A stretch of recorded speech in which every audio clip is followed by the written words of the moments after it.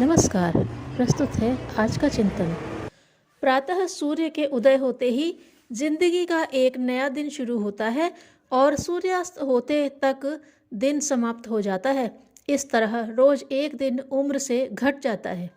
जन्म लेने के बाद से ही आयु क्षय का यह कार्यक्रम शुरू हो जाता है, किंतु अनेक प्रकार के कार्यभार से भरे हुए विभिन्न क्रिया व्यापारों में लगे रहने के कारण इस प्रकार नष्ट हुए समय का पता नहीं चलता। ऐसे अवसर प्रायः प्रतिदिन आते हैं जब हम जीवों के जन्म, वृद्धावस्था, विपत्ति, रोग और मृत्यु के कारुणिक विचार प्रेरक दृश्य देखते हैं।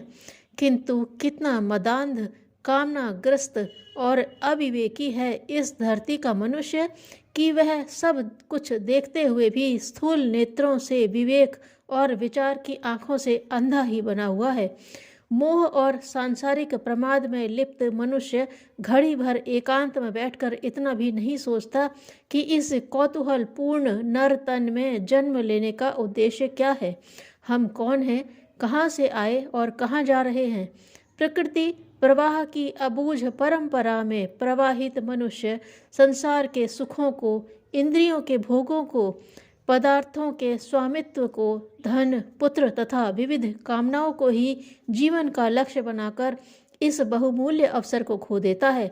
अंततः काल की घड़ी जब सामने आती है और विदा होते समय सिर पर पापों, दुष्कर्मों का भयंकर बोझ चढ़ा दिखाई देता है, तो भारी पश्चाताप, घोर संताप और आंतरिक अशांति होती है। सौदा बिक गया, फिर कीमत लगाई भी तो क्या। विशाल वैभव, अपार धन धान्य, राशि, पुत्र, कोई भी तो साथ नहीं देता।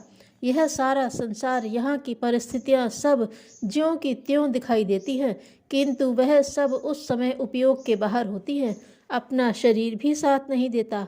केवल अच्छे बुरे संस्कारों का बोझ लादे हुए जीव परवश यहाँ से उठ जाता है।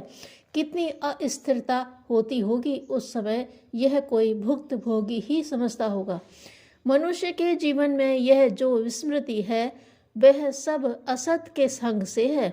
ज्ञान का आदर करने से हमारे भीतर से प्रश्न उठेंगे, हम कौन हैं, हम क्या हैं, हमें क्या नहीं करना चाहिए।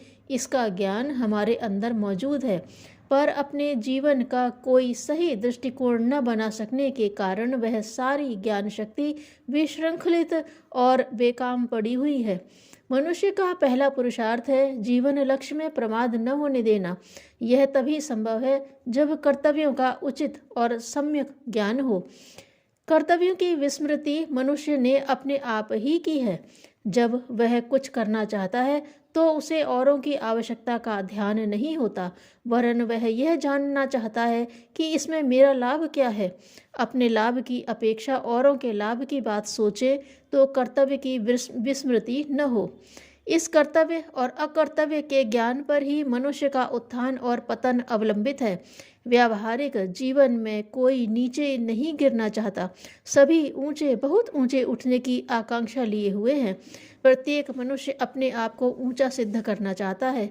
इसके लिए अपनी अपनी तरह के पुष्टि और प्रमाण भी एकत्रित करता है और समय पड़ने पर उन्हें व्यक्त भी करता है।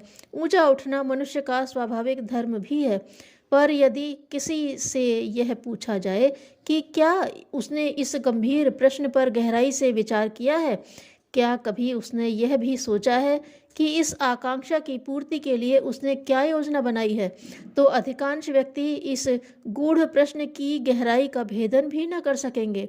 बात सीधी सी है, महानता मनुष्य के अंदर छिपी हुई है और व्यक्त होने का रास्ता ढूंढती है, पर सांसारिक कामनाओं से ग्रस्त मनुष्य उस आत्म प्रेरणा को भुला देना चाहता है, ठुकराए रखना चाहता है। अपमानित आत्मा चुपचाप शरीर के भीतर सुप्त पड़ी रहती है और मनुष्य केवल विडंबनाओं के प्रपंच में ही पड़ा रह जाता है। शारीरिक दृष्टि से मनुष्य कितना ही बली हो जाए, बौद्धिक दृष्टि से वह कितना ही तर्कशील क्यों न हो, धन के जखीरे भले ही लगे हों, पर आत्म संपदा के अभाव में वह मणि विहीन सर्प की तरह अर्ध विकसित कहा जाएगा। आत्मबल की उपलब्धि का एक सुख संसार के करोड़ों सुखों से भी बढ़कर होता है। आत्मिक संपदाओं वाले नेतृत्व करते हैं लोकमानस का मार्गदर्शन करते हैं। निर्धन फकीर होने पर भी बड़े बड़े महलों वाले उनके पैरों में गिरकर दया की भीख मांगते हैं। इससे यह सिद्ध होता है कि मनुष्य की महानता बाह्य नहीं आंतरिक है। उसकी शक्ति गुण विकास पर छिपी है। आंतरिक श्रेष्ठता के आधार पर ही उसकी श्रेष्ठता प्रमाणित होती है। भौतिक संपदाएं तुच्छ हैं, थोड़े समय बड़प्पन जताकर नष्ट हो जाती हैं। मनुष्य शरीर जैसा अलभ्य अवसर पाकर भी यदि उसका उद्देश्य नहीं जाना गया तो क्या मनुष्य का शरीर, क्या पशु का शरीर। आत्म कल्याण की साधना जो इस जीवन में नहीं कर लेता, उसके लिए इस सुर दुर्लभ अवसर का कुछ भी उपयोग नहीं। श्रीमद् भागवत में कहा गया है, मोक्ष के खुले द्वार रूपी मनुष्य शरीर को पाकर भी जो पक्षियों की तरह अज्ञान के घेरे में कैद है, उसे लक्ष्य से निरस्त ही समझना चाहिए। थोड़ा बाहर आकर देखिए, यह संसार कितना विस्तृत है, कितना विशाल है। रात्रि के खुले आसमान के नीचे खड़े होकर थोड़ा चारों ओर दृष्टि तो दौड़ाइए, कितने ग्रह नक्षत्र बिखरे पड़े हैं, कितना बड़ा फैलाव है इस संसार का। पर इन बातों पर विचार करने का समय तभी मिलेगा जब भोगोन्मुख वृत्ति से चित्त हटाकर इन चेतना प्रधान विषयों की ओर भी थोड़ी दृष्टि जमाएंगे। कामनाएं ही हैं जो हमारी राह रोके खड़ी हैं।